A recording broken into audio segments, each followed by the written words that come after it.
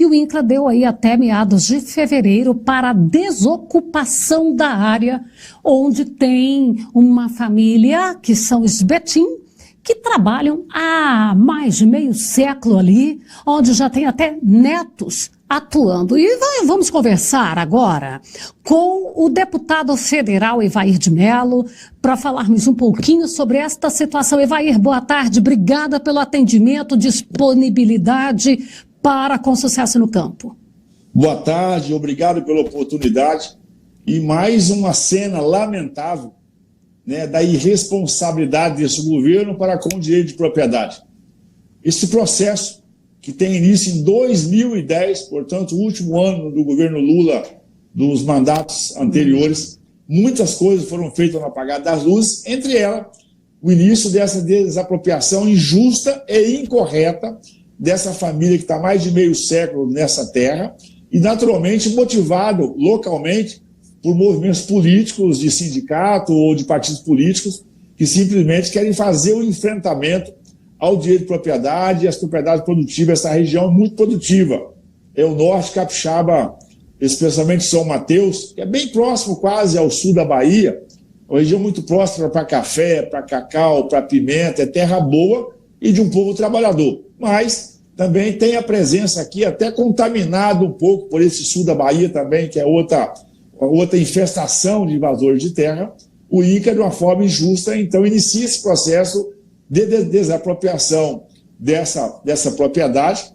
São 600 hectares, então não é nada monstruoso também, mas alegando que ali era terra improdutiva, ou seja, com o laudo que eles construíram, com a vistoria que eles construíram, e nada do que a família apresentou eles aceitaram, nem o histórico familiar, nem o histórico de notas fiscais, de compra e de produção. Esse processo andou até 2012, aí já sim no governo Dilma, e ele foi, em 2012, o governo, ao seu juízo, fez um depósito judicial daquilo que ele entendia ser o valor da terra, que não estava à venda, não é interesse da família, mas o governo fez esse depósito.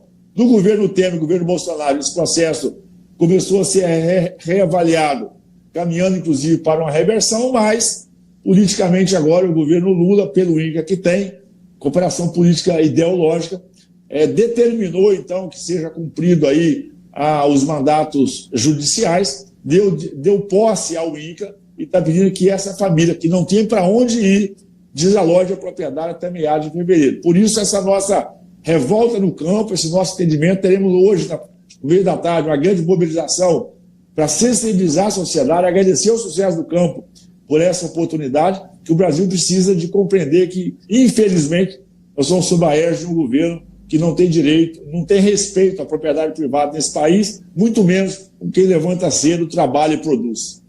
Pois é, essa manifestação ela vai ser realizada hoje, às 15h, lá na Fazenda. Exatamente, nós estamos a caminho por lá, estamos mobilizando todo o setor produtivo capixaba, que é uma forma de dar publicidade ainda mais a esse fato, e contamos aí que essa mobilização, que a justiça, ao perceber que realmente tem uma sociedade mobilizada, possa sensibilizar e possa rever esse processo. Nós queremos, primeiro, que o processo fosse acabado, porque a fazenda ela é produtiva, assim foi provado a sua produção, mas eles tiveram o capricho, inclusive, de desmembrar áreas dentro da fazenda, porque as propriedades rurais aqui no Espírito Santo, né, que vem de sucessão familiares, às vezes parte é do filho, parte é do neto, parte fica o principal, né? Essa coisa da agricultura familiar aqui no Espírito Santo é muito forte.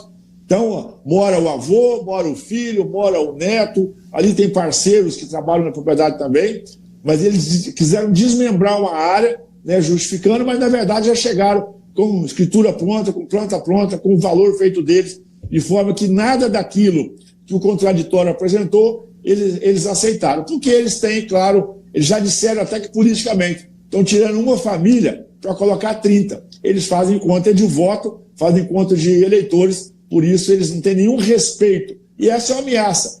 Essa região, inclusive, está sendo fortemente ameaçada, porque agora também, né, eles estão fazendo a ampliação de territórios quilombolas.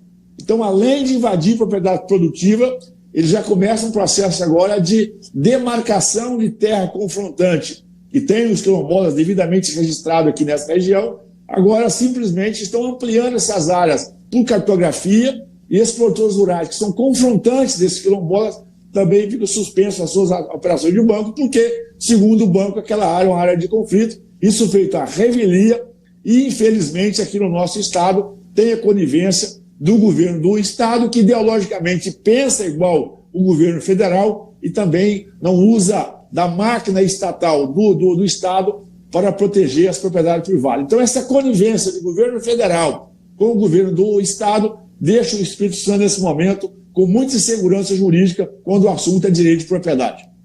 Bom, isso pelo menos aqui em Goiás nós estamos livres disso, porque já ocorreu de tentativa de invasão e antes que eles se apossassem ali daquele local, a polícia já chegou e os fez voltar no mesmo caminho, sem apagar o rastro. O governador Caiado tem sido um exemplo para o Brasil dessa defesa incondicional de propriedade, o governador Zema de Minas Gerais, governador Tarcísio em São Paulo. Mas, infelizmente, aqui no Espírito Santo, o governo socialista do atual governador Renato Casagrande, ele é conivente, ele participa, inclusive, dessas invasões, enviando os técnicos seus de diversas secretarias para apoiar esses movimentos, mas, na verdade, é um desrespeito, é um afronto ao direito de propriedade e ao respeito, inclusive, a famílias que estão há mais de meio século ou quase um século instalados já nessa região, mas, infelizmente, é um viés ideológico.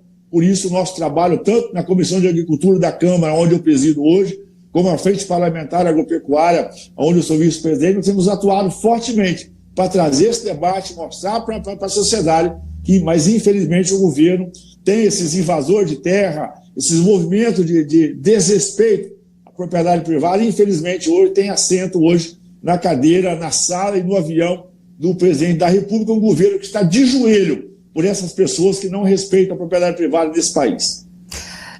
Deputado lembrou muito bem aí, e aí eu acho que é importante que a gente dê luz aos fatos, porque é fazendo isso que a sociedade vai tomar conhecimento do que está acontecendo e a gente tem que mostrar sim a verdade, porque há cerca de 2 anos, aqui no PADEF, o deputado deve saber muito bem que o PADEF ele é feito de assentamento, que foi uma área de assentamento federal. E aí, os ditos sem terra do MST invadiu uma área lá com um casal de idosos e a vizinhança toda foi para lá, cercou a área e, lembrando, tudo pacificamente, ao ponto que aí a polícia veio e retirou os invasores. Mas se não fosse a pressão, isso não tinha ocorrido. Então nós temos que pressionar também. Esses movimentos como o MST, né, a Frente Nacional de Luta, ela hoje se apropriou do INCRA. Né, eles estão tomando o INCRA, estão tomando os outros órgãos de governo, na verdade, o próprio MDA hoje é ocupado por gente que pensa e tem essa índole. A FUNAI também tem gente que do viés ideológico exatamente o mesmo. Né? O governo está tomado por essa gente que não tem respeito à propriedade privada nesse país. O presidente da República que se gaba a dizer que é comunista, e infelizmente parte do Supremo também entra nessa mesma linha de pensamento. Isso é muito ruim, porque isso tira a credibilidade do país. Um país sem segurança jurídica e sem respeito à propriedade privada, ele não atrai investimento, ele não atrai capital estrangeiro e muito menos tira do setor produtivo. Ele tira do setor produtivo aquela vontade de levantar cedo, preparar o terreno, botar a sua semente, fazer a colheita e gerar riqueza e produzir alimentos por esse país. É uma falácia. Eu participei efetivamente da CPI do MST, essa conversa fiada que quem coloca alimento na mesa brasileira é o MST, que o arroz que o país consome é o MST. Isso é 0,00 nada. Não dá para 10 minutos de alimentação dos brasileiros. Quem coloca hoje alimento na mesa dos brasileiros são os agricultores familiares, sérios, corretos, que têm histórico com a propriedade, é o grande agronegócio. É esse povo que pega dinheiro emprestado, que corre risco, que enfrenta o calor, a umidade, a temperatura e a radiação, as intempéries do dia, enfrenta, às vezes, uma discussão ideológica do Ministério do Trabalho, que muitas vezes persegue injustamente, tem que cumprir o seu papel, mas tem muita perseguição injusta. E aí você pega essas regiões hoje, ninguém aguenta mais, todo mundo índio é autodeclaratório. No sul da Bahia, vizinho nosso aqui, nós temos uma indústria de índio. Está nascendo índio já está nascendo adulto. Né? Infelizmente, o Paraná também está com esse problema agora, Santa Catarina, Minas Gerais, mas tudo isso é responsabilidade de um governo federal que claramente não tem respeito à propriedade privada. Hoje é a propriedade dos Betim, amanhã pode ser a sua. Por isso que a nossa resposta, além de técnica, além das aplicações jurídicas, também tem que ser política, nas nossas eleições, saber claramente, nós possamos dar cargo a vereador, a prefeito, deputado estadual, governador, o senador ou o presidente da República, e ter um compromisso claro do respeito à propriedade privada nesse país. Deputada, é exatamente por isso, por esta colocação que você acaba de fazer, que o Sucesso no Campo traz o assunto. Porque hoje está lá na família Betim, mas amanhã está num produtor aqui de Goiás, está num produtor do Rio Grande do Sul, e como você disse ainda de índios que nascem adultos, no Sul índios estão nascendo paraguaios. O índio está nascendo paraguaios, nós inclusive já fizemos uma notificação à FUNAI e aos ministérios de competência também, não só do índio, outros ministérios, porque eles vêm naturalmente, já fazem o registro brasileiro. Eu volto a dizer, já estão nascendo de cabelo e barba, já estão nascendo de cabelo comprido, né? Vamos dizer assim, já crescido. Então, isso é uma indústria de índio. Além de ser autodeclaratório, ser indígena, autodeclaratório, hoje a gente sabe que tem uma migração muito forte e motivado, inclusive, por políticos, por exemplo, do estado do Paraná, tem político que apoia isso, né? O Palácio do Planalto apoia isso, tem um apoio à conivência do governo. E aí os ministérios se entranham, porque pega o Ministério do Índio, o Ministério do próprio MDA, se junta com esse Ministério da Marina Silva, eles fazem uma cortina ideológica, inclusive para poder vender a imagem do Brasil como um país que persegue os pequenos, que não respeita os lugares tradicionais. Na verdade, a gente sabe da orquestração para a desconstrução da segurança jurídica para fazer a ocupação ideológica desse território e, naturalmente, fazer dessas pessoas os seus eleitores eternos, principalmente sustentado aí pela máquina estatal desses programas de incentivo. Então, infelizmente, hoje o INCRA ele está ocupado em todo o país, a sua superintendência, pela companheirada da ideologia do PT, do PSB, da esquerda, e não respeita a propriedade privada no país. Você viu que em São Paulo, recentemente, durante as eleições, todos eles estavam apoiando quem? O tal do Boulos, que é mundialmente conhecido, uma pessoa que ele criou o MST urbano, né, para poder a invasão de prédios, habitações e lotes urbanos. Então você percebe que eles se juntam, né, eles mudam a cor, mudam a maquiagem, mas a índole e a má índole é a mesma de sempre. Então vamos reforçar aí. Hoje, daqui a pouco, às 3 da tarde... Nós estaremos na grande mobilização ali na comunidade, ali no município de São Mateus, com a família Betim. Vamos produzir material e imagens, e agradeço mais o Sucesso do Campo, e vamos passar para todo o Brasil. E volto a dizer, o Brasil produtivo tem que estar com a gente, porque hoje, como você muito bem disse, é a família Betim que está sofrendo. Imagina, eles estão sofrendo lá desde 2010. Nós estamos falando de quantos anos? Você vai perceber que são quase 15 anos. Você imagina a insegurança, né? Quase uma geração.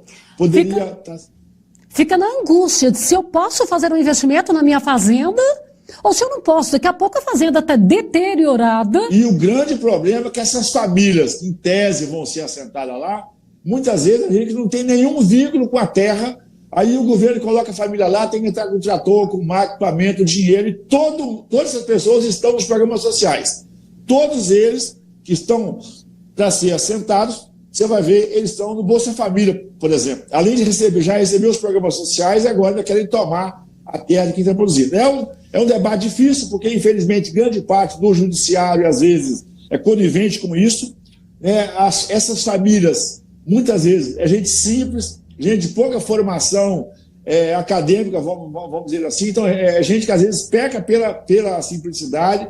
Isso faz com que quem tem má fé do lado do judiciário usa essa simplicidade para poder avançar para com o processo, exigindo dessas pessoas, inclusive, argumentações de custos, às vezes, impagáveis, gente que não tem informação para isso. Os nossos agricultores sabem produzir, sabem pegar dinheiro no banco, sabem comprar trator fiado, semente fiada, sabem levantar cedo, colher, vender e honrar seus compromissos.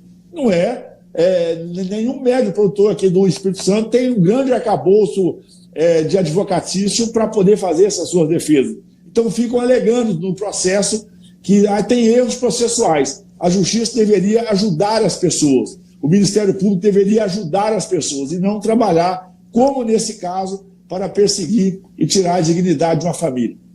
Deputado, eu quero te agradecer pela participação e vou te fazer um convite aqui de público para você vir a Jataí e conhecer aqui uma propriedade em que ela foi desmembrada uma parte para um assentamento. Era para ser um assentamento modelo para o país. Foram assentadas 175 famílias.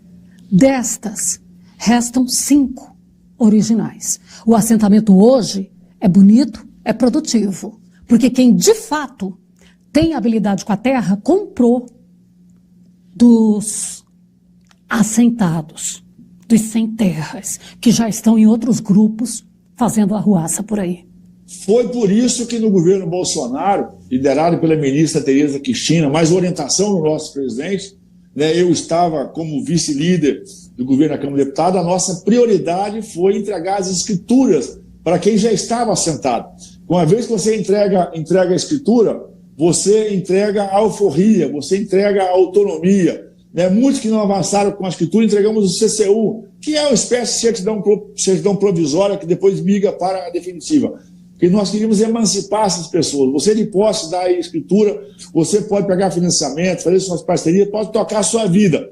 Mas, infelizmente, essa esquerda não quer entregar a escritura, porque ele quer que essas pessoas continuem submissas a seus programas, que naturalmente daí fazem também uma manipulação eleitoral. Aí suspenderam, inclusive, esse processo não. Só que no Espírito Santo foram quase 4.000 novas escrituras que nós entregamos, entre escrituras e CCU, para emancipar as pessoas. Mas é preciso deixar claro, já está mais que batido, que infelizmente, tanto hoje aqui no Espírito Santo, do governo Casagrande, tanto do governo federal, liderado pelo Lula, eles querem, na verdade, que essas pessoas fiquem submissas às suas vontades políticas e ideológicas, e assim eles entendem que terão cabos eleitorais para perpetuar o poder. A nossa luta é todo dia, é constante, nós não vamos desistir.